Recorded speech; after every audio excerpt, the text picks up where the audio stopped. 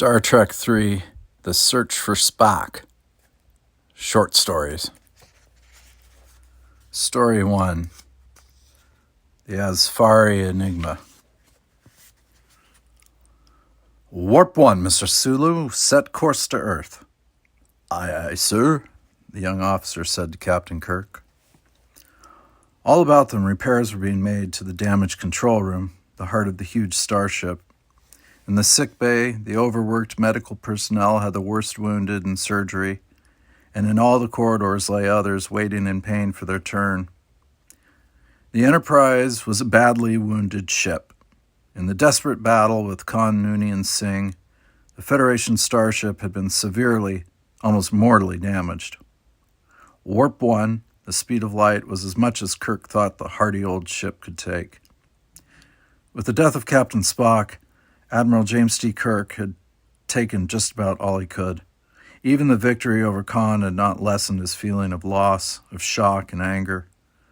Only Kirk's iron discipline kept him at his tasks of getting the injured vessel and its crew back to Earth. He checked often with Commander Montgomery Scott, and had gotten the impression from the tough Scotsman that perhaps he was interfering. "Repairs are proceeding as quickly as can be expected, sir," Scott growled over the ship's intercom.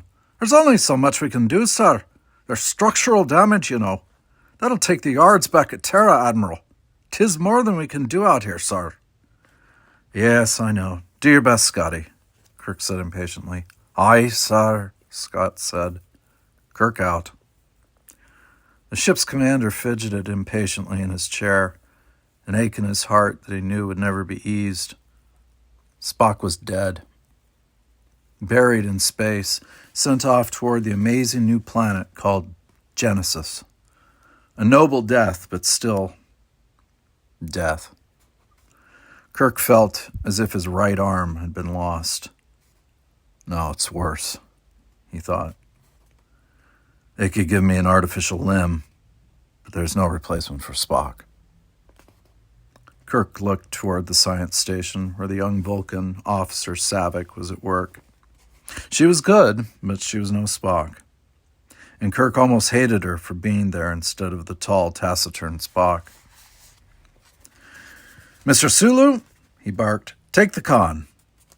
Kirk heaved himself out of the command chair and strode toward the turbolift hatch. Sulu moved into the captain's chair, and another lieutenant moved into Sulu's helmsman spot. "I'm going to my cabin to clean up," Kirk said, pausing at the door to give a last scan to the control room. "Call me if there are any problems, any at all." "Aye, sir," the Asian officer responded. But Kirk still didn't go, reluctant to leave the nerve center of his great love. Kirk looked at the big screen across the front of the control room. Stars. Millions upon millions of stars. They are the final frontier. Except for death. Abruptly, he turned, entered the turbo lift, and gave his destination as the red doors hissed closed behind him. Worlds without number. Inhabited worlds. Dead balls of rock. Planets where great civilizations had risen and fallen. Planets where strange life forms had evolved from single-celled organisms into entities of great power. And new worlds, fresh and untouched like Genesis. A fitting memorial to a great man. The lift door hissed aside, and Kirk strode out into the clamor and mess of the medical deck. A young Terran technician, wounded himself, was bending over an Andorian whose legs had been badly burned by Khan's blasts. Beyond, a female Rigelian was spraying anesthetic on the burns of a cadet who was trying desperately not to cry out. So young, Kirk thought. Practically children. Cadets, trainees, crew on their first space flight in a Federation ship. As Kirk watched, a blood-splattered nurse pressed a hydrospray against the side of an engineer who seemed dead, and the drug mixture hissed into his bloodstream. At once, the Feinberger began to register life signs. The nurse flashed Kirk a smile of comradeship and directed healthy crewmen to pick the engineer up and take him to the operating room. Was I right to take these youngsters into combat? Kirk wondered, but he knew the answer. He had had no choice. Someone had to stop Khan, and the Enterprise had been there. As Kirk walked through the wounded, he knew that the forces of what could only be called evil had to be met with the forces of good. If the good people did not resist, the bad people would prevail. The weak and helpless would die or be enslaved. Tyranny would have won. But these brave people had fought, and fought hard, Kirk thought. They hadn't said, "But we aren't ready yet. Come back when we are." Kirk was proud of them. Spock would have been proud of them. Angrily, Kirk stepped into the alcove outside the operating theater and looked in. McCoy and the other doctors were at work, patching, fixing, saving. Kirk raised a hand to the communicom by the window, then stopped. McCoy was doing his best. He always did. They didn't need a ship's captain asking if he could help. McCoy was the best, and he worked hard to stay the best. Admiral Kirk went back to the turbolift and continued on to his quarters. He stripped off the soiled and torn uniform and took a quick sonic shower, sluicing off every speck of dirt and sweat. He dressed in a new uniform and caught his reflection in a mirror. Some commander, he thought. Got your best officer killed, your best friend killed. The ache grew larger, and Kirk's face reflected his inner agony. What could I have done differently? How could I have saved him? Khan was a mighty and deadly opponent. We barely escaped with our lives, and Spock gave his so that the rest might live. The needs of the many outweigh the needs of the few, or the one, Kirk said aloud in a harsh whisper, quoting Spock as he lay dying. Kirk's image blurred as the tears came. Kirk awoke at the buzz of the intercom. He glanced at the clock as he reached out for the call button. An hour. He'd been asleep an hour. I've been derelict, he thought. Even though he knew he was not made of steel, sleep was necessary. He was, in a sense, property of the Federation and should not overextend himself, for it would impair his function as a captain. Kirk here. Admiral, we've got real trouble, Scotty said in his thick burr. The ship, she's coming apart. Where are you? Kirk snapped as he jumped to his feet. Port pod support base, sir. Coming, Scotty. Kirk looked at the damage as he trotted up to Commander Scott. Report. Khan's beam cut deep, sir. You can see severe damage to the whole support structure there. Now, as long as we keep going at warp 1, we're all right. The stresses are equalized. But at the other end, sir, well, if we try to drop into impulse power, she'll tear herself apart. But we must stop sometime, Scotty. Aye, sir. And it had better be right now. She might still be able to take it. But by the time we get to Earth, and that's the nearest shipyard, the stresses will have built up. The Scotsman shrugged. This gallant lady will just tear herself to pieces, Admiral. All right, Kirk said. We'll stop, and you can make emergency repairs. Aye, sir, but they'll be cosmetic practically. Enough to hold her, though. Kirk thumbed an intercom. Kirk here. Mr. Sulu, prepare to bring the ship out of warp speed. Do it gently and slowly. Aye, sir, Sulu responded. At once there was a change. The constant thrum of the great space vessel shifted. The steady thrumming sound became a growl.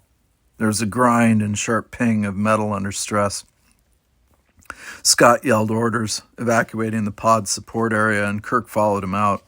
Some of the lights shook loose under a new sharp vibration, and an overloaded circuit snapped off. Then there was silence. Only the lesser, quieter throb of the ship's impulse engines filled the air. Scott let his breath out and he patted a bulkhead. "You did it, you lovely thing. You took it." He smiled. He looked at Kirk. "I'll start on repairs at once, sir." "Estimate of time, Mr. Scott?" 20 to 30 hours, Admiral. Minimum. Maybe more after we get in there." "So we're dead in the water," Kirk said uneasily. He liked maneuvering speed and maneuvering space. "There's the impulse engines," Scotty said with injured pride. "We're not exactly a derelict, Admiral Kirk." "No, but if a Klingon wanders by..." Kirk left the rest unsaid and returned to the control room. "Status report," he said, taking his chair from Sulu. "On course toward Earth, sir, on impulse power. All decks report repairs underway. Dr. McCoy reports all serious patients are out of danger, and there's a star system ahead, 2 points southwest." "Can you put it on the screen?" Kirk asked Savick. "Yes, sir, at extreme magnification." 8 planets. 1 Jupiter-like gas giant, a G-type star. "Log it," Kirk ordered Savick, who bent over her screens.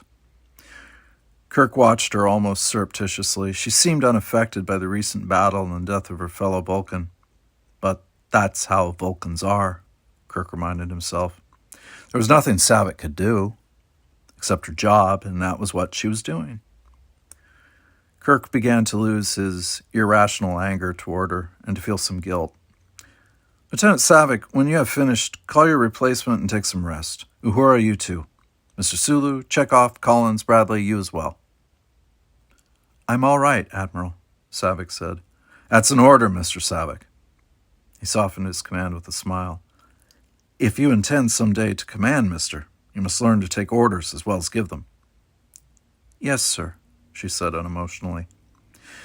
In moments, the new star system had been logged, checked through the computer, and verified as a new discovery, and Savick turned toward her captain. "Would you like to name it, Captain Kirk?" Kirk started to speak, then closed his mouth. Spock would have thought it an example of emotional human reaction to have a star system named after him. Besides, it might be inhabited, and the natives have their own name. "No, just log it and let the computer label it." "Yes, sir." 20 minutes later, a new and relatively fresh crew had replaced the bridge personnel, except for Kirk. He sat, isolated by rank and mood from the others, staring at the screen, seeing the new system draw closer. "That's why I'm here," he thought. "To go where no man has gone before. I was born to be a starship commander, to see new worlds, to seek out new life forms, new civilizations, new vistas." A starship captain was part scientist, part explorer, part military man. He had to be both curious and brave, cautious and bold. Kirk knew he was good, but more often than not he saw only his flaws and seldom his virtues. He was never, in his mind, quite good enough. If he had been good, Spock would not be dead. The intercom buzzed and Kirk slapped the control button. "Kirk here." "Admiral, we're going to have to shut down the impulse engines as well," Scotty said. "It's the vibration, sir. We need some time at a real stillness to let the molecular welding really work." Kirk was looking at the star system ahead. "Helmsman, how long until we can reach an orbit around that second planet?" The helmsman punched swiftly at his board. 2 hours, 4 minutes, sir." "Scotty, we'll shut down in 2 hours. Orbit this new planet up ahead. While you're putting the Enterprise back together, I'll go do something to earn my pay." "Aye, Admiral, 2 hours. Kirk out." Yes! Go explore a strange new world. Do something, anything, to avoid thinking about Spock. "Life forms detected, Admiral," Savick said from her post. "Try the hailing frequency, Commander," Kirk told Uhura. "Nothing, sir. I'll try other bands." "Sir, there's something on..." "I can't make it out. Plugging into computer, Captain." Kirk watched a magnified picture of the planet roll across the screen as they orbited the new world. It was quite Earth-like in many ways, but with a gravity of 1.3 and an atmospheric pressure at sea level of 18 pounds per square inch, You'd feel a lot heavier there, Kirk knew, and the breathing would be harder, but it was well within tolerance levels. "Launch probe," he ordered. A robot dropped from the ship and raced into the atmosphere, reporting back its every find. Onboard analyzers sampled the air, digested its components, took a look at the floating spores, at the dust and microorganisms. As the probe dropped lower, it pinpointed the largest concentrations of life energy, analyzed this grouping as grazing animals, that as a higher form, and so on. Between the ship's detectors and the probe's close-in facilities, the experts on the Enterprise soon had a detailed picture of the planet. By that time, the computer had pieced together what signals Uhura had picked up on a low-register band and reported that there was a life form that used language. Intrigued, Kirk ordered a security team to stand by. He thumbed the intercom. "Dr. McCoy, how would you like a little shore leave?" "Jim, I can't. I've got an ensign here with a lung infection. There's a Marine sergeant here we have to fit with a new arm, and..." "Dr. McCoy, in your estimation, do you have an adequate surgical team?" "Adequate? Captain Admiral Kirk, they're the best. Then you can leave things in their hands for a few hours, can't you? A little time breathing real air will do you good, and I need a medical person.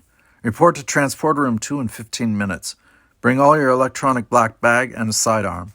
"Jim, That's an order, Doctor. Kirk out." And he grinned.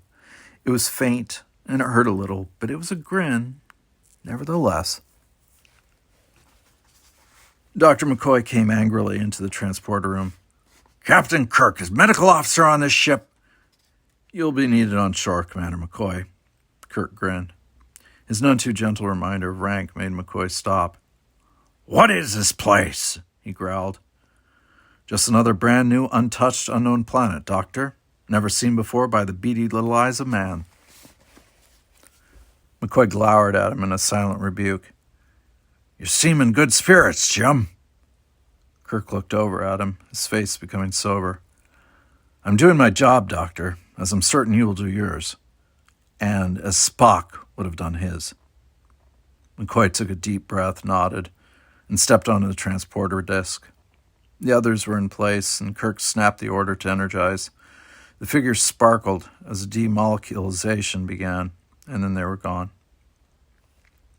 "Computer link," Kirk said, glancing around him at the new landscape. It was stark, sharp-angled rocks and spiky shrubs. He felt heavy and sluggish as breathing labored. "Computer ready." "Repeat any native words that might be spoken," Kirk said. "Computer ready." "This way. Scouts out," Kirk said. The red-clad security men sprang ahead, guns in their clips, but ready to hand. "Sir," one of them said at the crest of the rise. Kirk clambered up next to him and looked into a valley. It was a long trough with a purple river winding through and what appeared to be farmlands on both sides. There were a number of buildings here and there, bell-shaped, or like the minarets of Arabia. The greatest concentration was at one end of the valley, not far from them. The minarets were cream and rose and tan in color, with needle-like tops, often ornamented with golden balls, crimson tetrahedrons, and sapphire cones. The streets were curving, made of smooth gray stone, and edged with low plants in green and blue, some of which bore flowers of intense yellow. "Are they human?" McCoy asked, squinting. "Look for yourself," Kirk said, handing McCoy the enlarging scanner. McCoy saw tall, graceful figures with bronze skin wearing simple, graceful robes. Some had jewelry, but most did not. Their heads were either shaven, or little hair grew, except for long plumes of black tendrils coming from the crown of the skull. It looks utopian," McCoy said. Kirk nodded. "I agree, which is exactly why I'm going to be very, very careful." "Jim," McCoy said, "they might be timid creatures. First contact and all. Why don't we figure out some way to break it easy to them, that people from..." There was a scream, and the two men whirled to see a lean brown animal with long talons rip at the back of a screaming security man. There was a lancing blast from the phaser of a nearby crewman, and the creature tumbled to the ground. McCoy beat Kirk to the wounded guard. The doctor's Feinberger swept over him, its lights twinkling. "Jim, we've got to get him up to the ship at once." Kirk dug out his communicator and flipped it open. "Enterprise, this is Kirk. Prepare to beam up an injured man. Alert medical. On these coordinates." "Stop." They turned, and phasers were in the hands of all as they looked at the figure on the rise of rock. Kirk immediately thought of the newcomer as a she, although he had no idea why. Perhaps it was a grace or something. "Jim!" McCoy snapped. "Order him up!" "Stop," the voice said, and Kirk realized it came not from the tall, thin figure, but from the computer link, which was analyzing her words. "This man needs attention," McCoy snapped. "I will heal." Disregarding the weapons of the security team, the white-clad intruder walked down to the injured man. McCoy started to protest, and the native looked at him. There was a moment of silence as the Terran doctor looked into the large, dark, shining eyes of the newcomer. Then, without a word, he stepped back, and the female knelt by the side of the blood-spattered and torn body. Her hands went out, and when she touched the injured man, her breath sucked in a loud hiss, as though she had touched fire. Her whole body went stiff, as though electricity was coursing through the slender limbs. The injured man stirred and moaned, his mouth sagging open in a soundless cry. McCoy gasped as he looked at the ragged tears inflicted upon the back of the dying man. Where talons had ripped through muscle, the flesh was closing, healing, even as he watched. The hiss of pain breathing was the only sound for a long moment, until one of the security men uttered an ancient Andorian oath of amazement. He's closed up. Look at that," another said. It's a miracle." "How do you do that?" McCoy asked, as the female lifted her hands from the torso of the man. Her liquid dark eyes seemed vacant, but the man before her breathed easily as though sleeping, with only pink fading scars where moments before there had been the ugly, raw, red gashes of ripped flesh. "How do you do that?" McCoy demanded, touching the female. At once he drew back his hand, yelping in surprise. He held his hand as though it had been burnt and demanded yet again, "You've got to tell me. How do you do that?" The female sighed and slowly, gracefully, sank to the earth and seemed to sleep. McCoy blinked at her. He flipped out his communicator. "Transporter room. Beam in on these coordinates. Take up the casualty. I want a complete test, and I mean from molecular tissue to brain scans. Sims, Finkelstein, go with him." McCoy turned to Kirk. "Jim, I've got to find out what went on here." "Bones. Jim, please, give me time. This is fantastic what she did." "All right, Dr. McCoy, you have 24 hours. By then, Scotty will have done the repairs." His eyes narrowed on the agitated medical officer. "What about the injured on the ship?" McCoy grabbed at Kirk's sleeve. "Jim, if I can find out how she does this, Jim, this could be a breakthrough like no other. No technology. A doctor could heal anywhere, anytime. Maybe we can learn to heal ourselves. Give me the time, Jim." 24 hours, 1 Earth day. McCoy nodded his thanks and turned quickly to the supine female. Gingerly, he touched her skin, but this time there was no sharp, tingling discharge. McCoy moved his glittering Feinberger over the length of her body, watching the readouts closely. "She's better now. Resting, I think." He stood and looked at the city. "Is she a special person, or can they all do it? Jim, we've got to go into that city." "I already intended to, Doctor." Kirk ordered the transporter room to beam down a life support stretcher with 2 more medics. In a few minutes, the once wounded man had been sent up. A medical team had the slender alien onto the life support stretcher, and they were all going down the slope toward the city in the valley. As they drew closer, they were seen, and several of the natives ran into the minarets, but most stopped and looked, surprised but seemingly unafraid. Kirk held up his hands in what he hoped was a sign of peace. At least it was a widespread signal of peace throughout many races. They walked along the dirt paths and on to the paved streets. The native on the stretcher stirred and sat up. McCoy ordered a halt and helped the slender person to her feet. I am Leonard McCoy.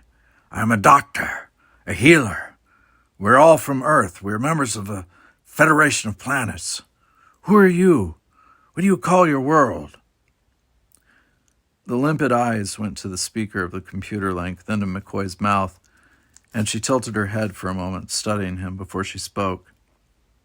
I am Safar, number 1 medical person of Azphar.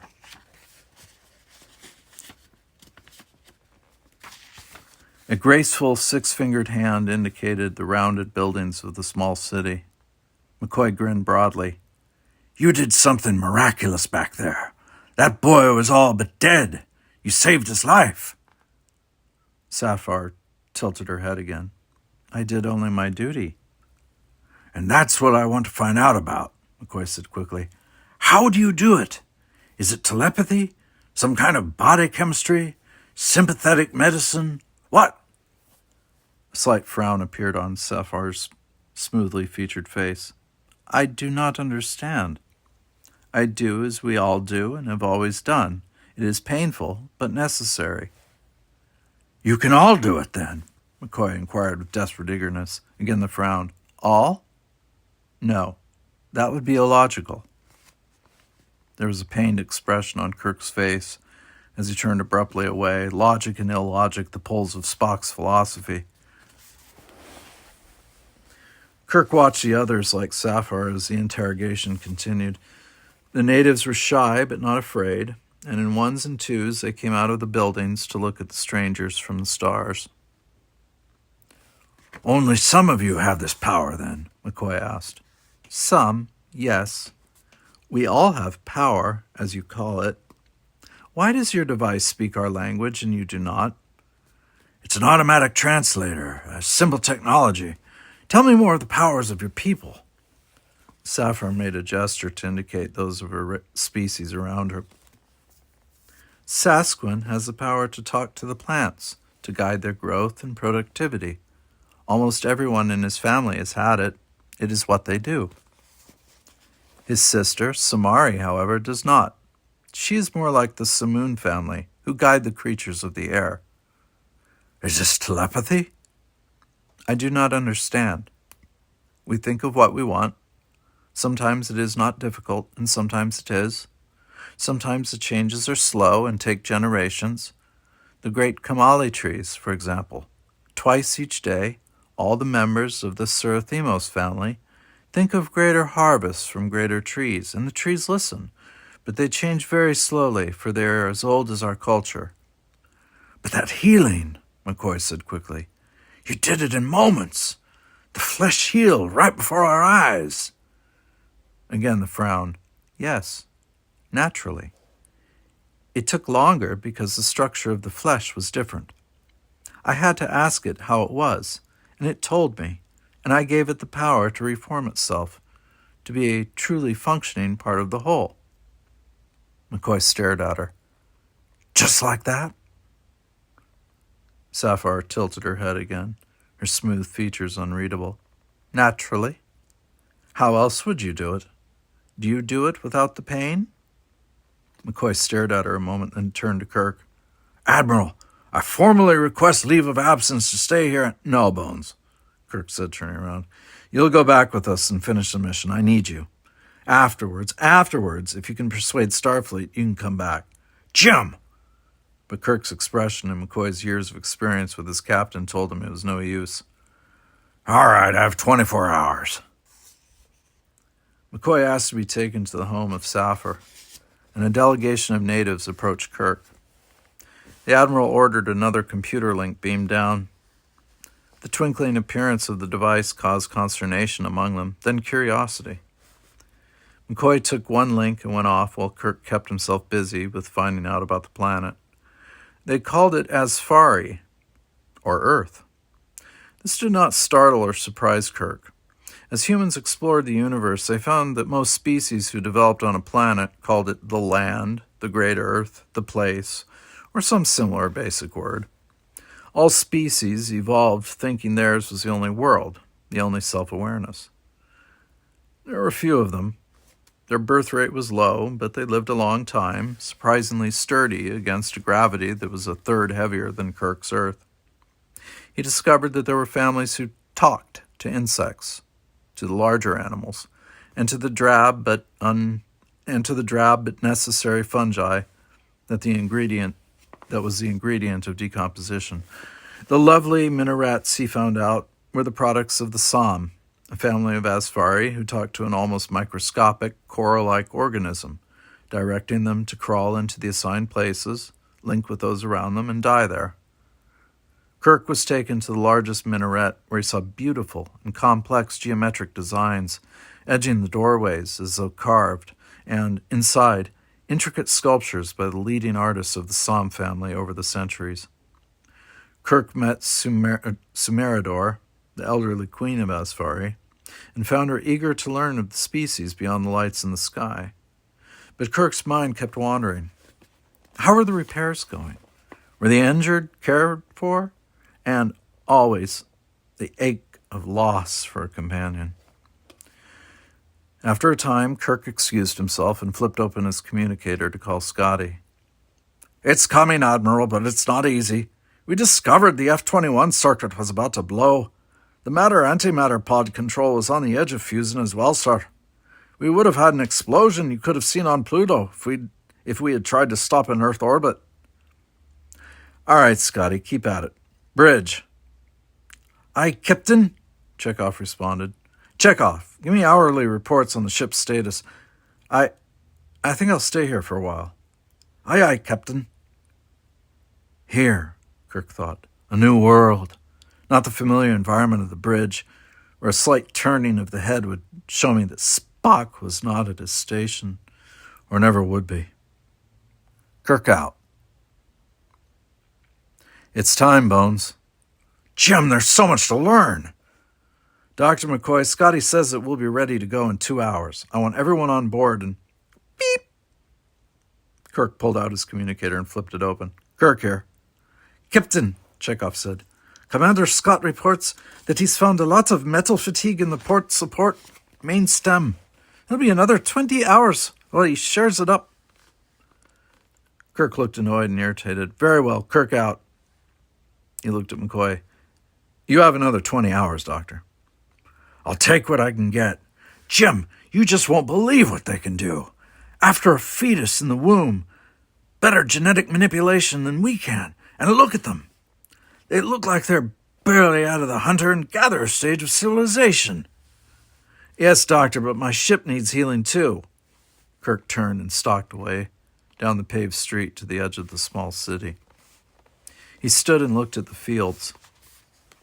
The whole place was beginning to bore him. The Azphari seemed a simple species. They had art and music, but the level of complexity and sophistication was low. They could manipulate single-cell organisms to create homes, but they were basically all alike with only minor variations. They all looked alike as well, especially to an outsider. Their clothes were almost identical. They had simple mathematics and virtually no technology. They had no real natural enemies and were not warlike. They seemed like simple, good folk, but not very interesting people, and Kirk was keyed to a higher form of challenge. He was getting restless. He walked back into the city, nodding pleasantly at the passing Azphari. The security men were sitting in the shade of a minaret, and he motioned them to stay sitting as he passed. He found McCoy in Safar's domed home and motioned him outside. "Jim, she was just telling me how they can get plants to produce certain vaccines that..." "Bones, can they change metal?" "I don't know, Jim. This is a very low metal planet, you know. You'll have noticed they have almost nothing in the way of knives or tools that isn't made of wood. Why?" "Bones, you're learning from them, right?" "My Lord, yes," McCoy beamed widely. "I don't know how they do it yet, but I'm finding out the range is immense." "Are they learning from you?" Kirk demanded. "Well, I suppose so. Safar and the others, too, because she brought in all her family of healers. She seems fascinated by physical technology. I will describe something, an operation or technique, and I'll use a computer link to show samples, and then I ask how they would do it." "So you're learning from each other?" "Yes, I suppose you could say that." But they're learning standard medical practice, and I'm learning about something new and wonderful. And they know you have a deadline? I guess I mentioned it, yes. Doctor, is it possible they might have... Kirk hesitated.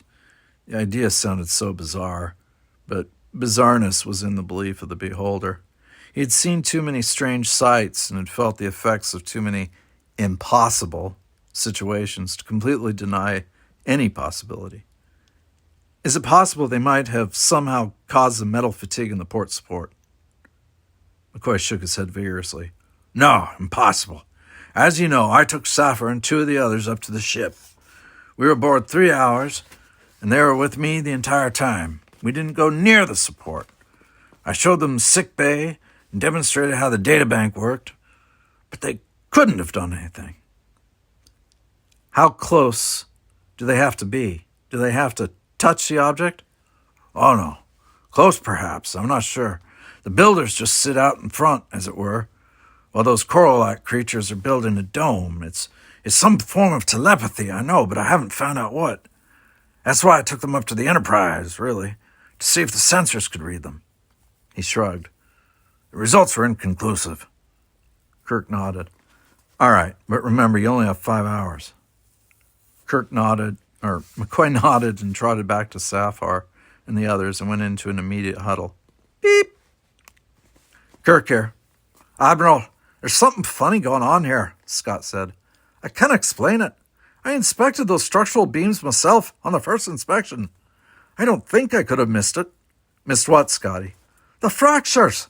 They're all through the main support, higher up than the first. But I could swear nothing was there before. What kind of damage? Molecular misalignment. I know it's beryllium, but any metal can fatigue, sir, given the right circumstances. Like a few moments of a microphaser set on disruption. Sabotage? Kirk asked harshly. No, Admiral, I didn't think so. Who would be so insane? It's either, it's natural flaws resulting from severe stresses or a disrupting beam of some sort. So it could be sabotage. There was a short silence. I didn't like to think that, sir, but it could be. When did you notice these fractures? About 2 hours ago, Admiral.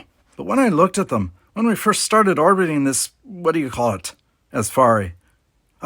Well, they weren't there then. Scotty, put on more security. Keep everyone away that isn't supposed to be there. Go to stage 2 alert. Aye, Admiral, but there's one other thing. Say it, Scotty. It's Dr. McCoy, sir. What about McCoy? Well, sir, Scotty. Aye, sir. Dr. McCoy and that bunch of aliens he was showing around. They were around here about the time these new flaws started. Bones told me he was nowhere near there. Well, Admiral, Ensign Strother, Vian, and Ogawa, they swear it. Kirk's face was carefully neutral. All right, Mr. Scott, I'll look into it. Kirk out. Captain Kirk put away his communicator, looking very thoughtful. Jim, I tell you I was nowhere near the support, either of them. There are witnesses who say so, Bones.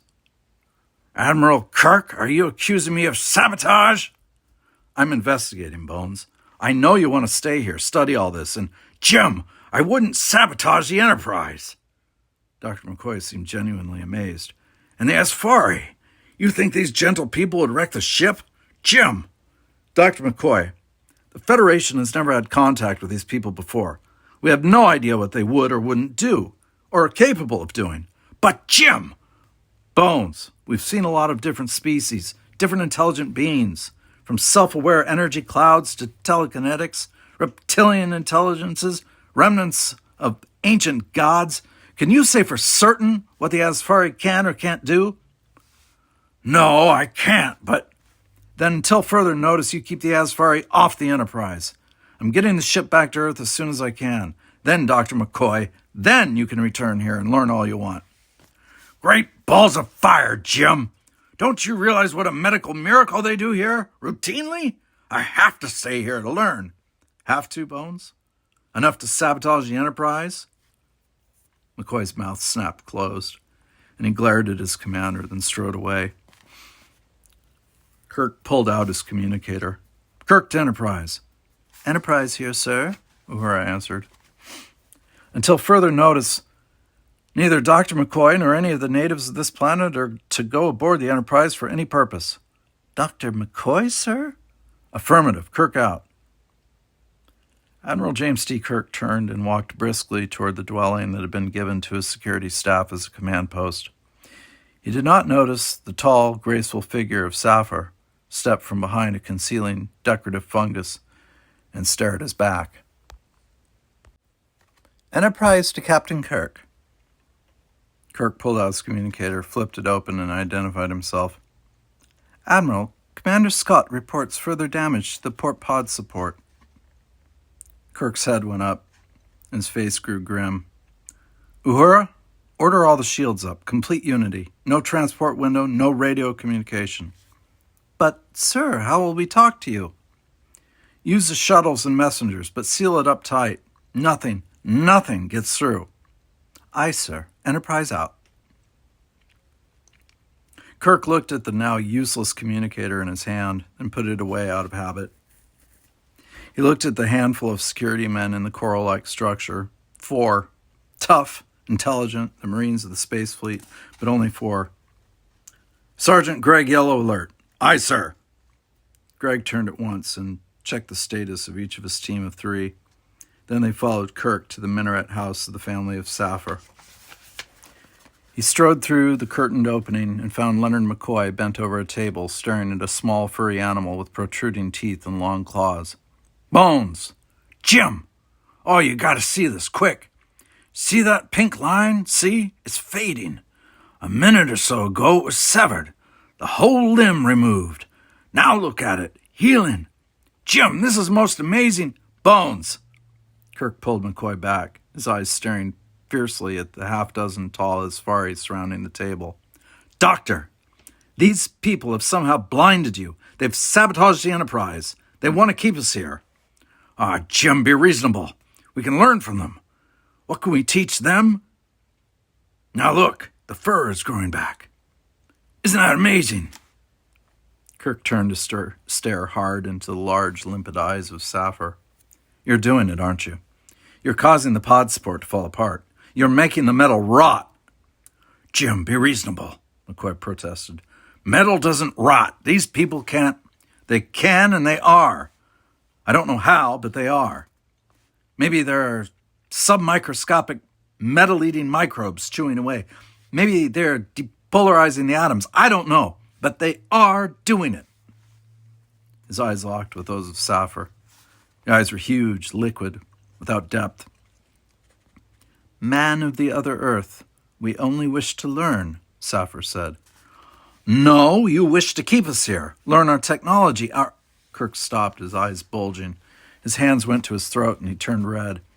Phasers leaped into the hands of the security men, but before they could fire, they flung them aside violently, as if they were on fire. Then they too clutched at their throats, gasping hoarsely. Stop it! McCoy screamed. Stop it! McCoy jumped across the table, his hands going for the throat of Safar, but she stepped back. McCoy gasped and fell unconscious. The small furry creature squirmed out from under and scampered away.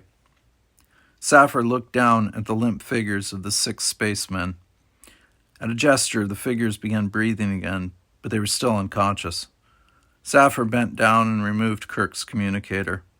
She hesitated a moment, then spoke into the communicator in a perfect imitation of Jim Kirk's voice. Enterprise, this is Kirk. Come in, please. A faint frown creased the smooth face of Azphari's number 1 medical person.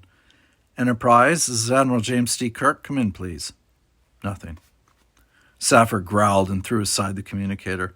With eye contact, she drew together the other Azphari and they concentrated. Sweat appeared on their smooth features, but at last they broke contact. Safar strode angrily from the minaret, and outside there appeared, coming from every field and structure, all the Azphari adults. They stood silently in the square before the house of the old queen, their features strained and harsh as they sought to break through the electronic screens of the Enterprise. Then Safar jerked, and the link net dissolved. She marched stiffly back into her home and stared at the Earthmen. In a few moments, they regained consciousness and sat up, rubbing aching heads and whispering through raw throats. They blocked our air passages, McCoy said. Caused our own flesh to grow and... Never mind, Bones. There's something more important now. Kirk got shakily to his feet. You couldn't break through, could you? He smiled thinly at Safar. Powering those screens is a power plant big enough to light a small planet. You'll never break through. Safar spoke, and the translator clicked. You will get us aboard, or you will die. Your own bodies will attack you. You will know pain driven to the ultimate and yet live. Safar, McCoy said in astonishment. You're not like that. You're... But she is, Kirk said. They all are. They want to get off this planet. We've shown them the civilizations of the stars, and they want to go see. Can you imagine them out there? Who could resist? They can make our own bodies betray us. Exactly, Earthman Kirk, Safar said, and you will help us. Kirk shook his head. I'm afraid not, Safar. Oh, you can hurt me. You can hurt us. But we were not selected for our mission because we were weak, nor because we did not understand the dangers. We will probably die. It will not be pleasant, I'm sure. I'm going to hate it a lot. But the alternative is to let the Azphari loose on the Federation. And after the Federation, the Romulans. And the Klingons, too. As much as I'd like to see them bothered, I would not wish you upon even them. Safar looked at Kirk for a long moment. Then, abruptly, Kirk screamed, and his body bent backward in a spastic jerk that made him cry out again. Stop it, McCoy said. I'll get you aboard. Stop hurting him. No. Kirk's voice was weak and harsh as he grunted out his protest. Don't.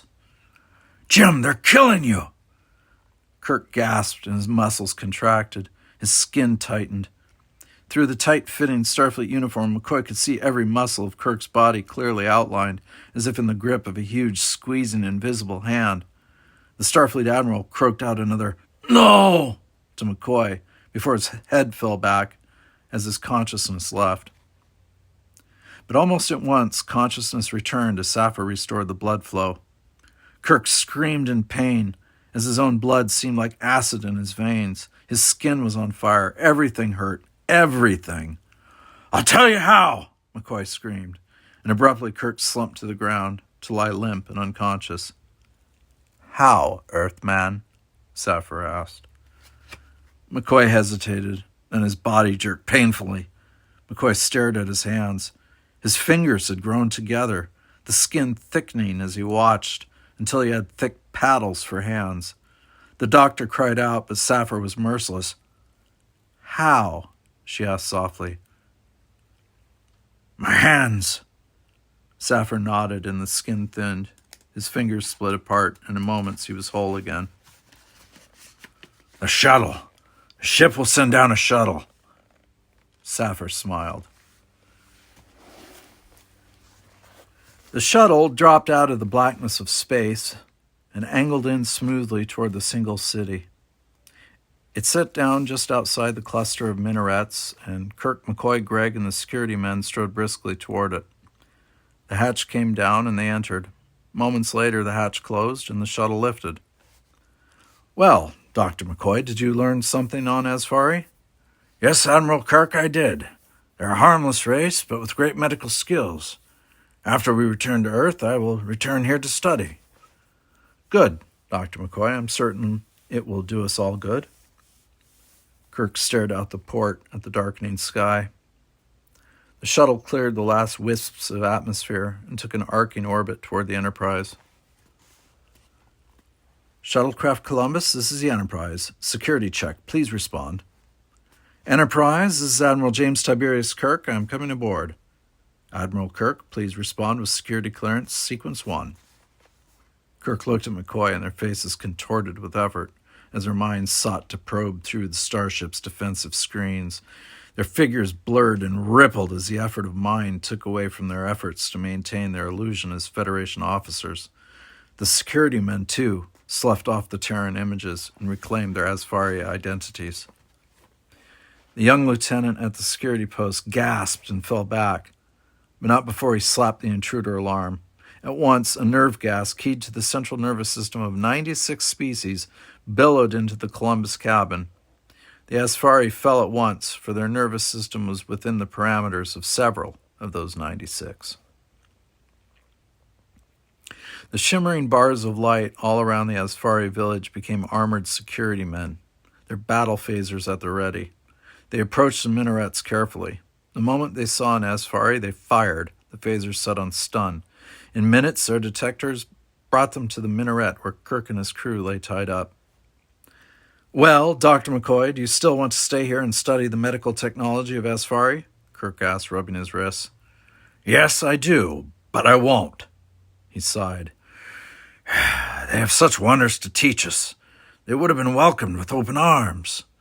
He sighed again, looking to where the Columbus had set down and the unconscious Sappho and her people were being offloaded.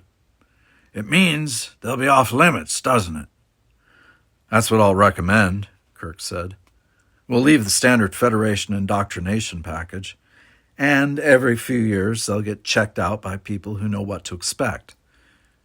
Maybe someday they'll learn how to get along with other people, to respect them, respect their rights." McCoy nodded. "I can live with that, but..." He sighed again. "Well, thank heavens you built in some security checks." "They had the look, they had the words, Doctor," Kirk said, "but they just didn't have the rhythm." He flipped open his communicator. "Kirk to Enterprise.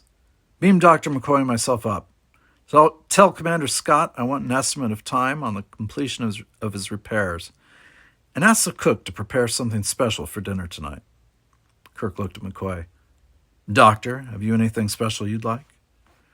"Anything that doesn't fight back," McCoy grumbled. He looked at the cluster of minarets, thinking of the scientific and medical wonders that were going to be prohibited until the race that developed them learned to live in peace with their neighbors. "Let's go, Jim," McCoy said. Kirk looked around one final time and couldn't help asking himself if what he had done was what Spock would have done. He lifted the communicator to his lips. "Activate," he ordered. McCoy and Kirk shimmered and were gone. The Columbus, with the security men aboard, lifted into the sky. All was still for long moments. Then the first of the Azphari stirred and awoke. Sappho raised her liquid dark eyes toward the heavens, her face expressionless. A tear formed in the corner of one great eye and trickled erratically down her smooth cheek.